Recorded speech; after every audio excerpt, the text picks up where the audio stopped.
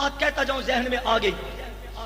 کوئٹہ میں گیا مولانا کے حکم سے ہی، شیخ الحدیث مولانا عبدالستار صاحب دامت برکات من عالیہ کوئٹہ میں ہی ایک مرکزی مدرسے کے محتمم ہیں۔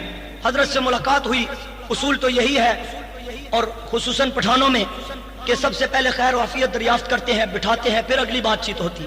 لیکن پتہ نہیں حضرت اتنے بےتاب تھے، مجھے کہنے لگے چلتے چلتے سلام ہوا، ابھی بیٹھے نہیں، وہاں سے بات کا آغاز کر دیا۔ کہنے لگے مولانا ہم کتابوں میں پڑھا کرتے تھے امام احمد بن حنبل کوئی تھا، کتابوں میں پڑھا کرتے تھے امام احمد بن حنبل کوئی تھا، اور کتابوں میں پڑھا کرتے تھے کہ اسے درے مارے جاتے تھے، الٹا لٹکا کر الٹا لٹا کر اسے مارا جاتا تھا، تشدد کا نشانہ بنایا جاتا تھا، مشن سے ہٹانے کے لیے مختلف حربے استعمال کیے جاتے تھے۔ مولانا ہم نے صدیوں پہلے کتابوں میں پڑھا کہ امام احمد بن حنبل تھا، ہم بڑے خوش قسمت ہیں، اللہ نے اعظم طارق کی صورت میں حقیقتاً دکھا دیا۔ یہ چند مہینے پہلے کی بات ہے، مولانا ابھی باحیات تھے، وہ شیخ الحدیث ہیں، بزرگ ہیں، ایک تیرے پشاور کا بھی شیخ الحدیث اور مفتی ہے، کہتے ہیں اعظم طارق شہید نہیں ہوا۔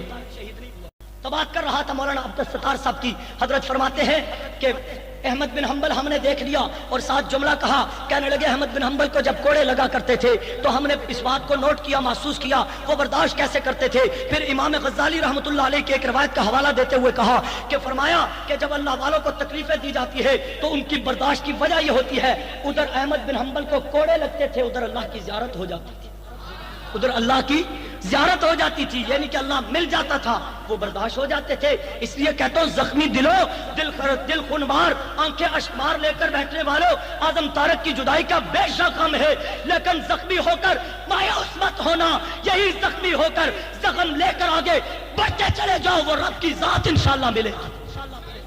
اور سیکھو اس بچے سے سبق، اس بچے سے سبق سیکھو جس کا بازو دشمن کو قتل کرتے ہوئے کٹ گیا، اور وہ زخم اس کے مشن کے راہ میں رکاوٹ بن رہا تھا، حائل تھا، تو ایسا نہیں کہ وہ زخم پکڑ کے بیٹھ کے، وہ زخم پکڑ کے بیٹھ گیا، ایسا نہیں، اس نے پاؤں کے نیچے ہاتھ رکھا، چھٹک کر ادھر پھینکا اور آگے بڑھتا چلا گیا، یہاں تک کہ شہید ہو کر مقام پا۔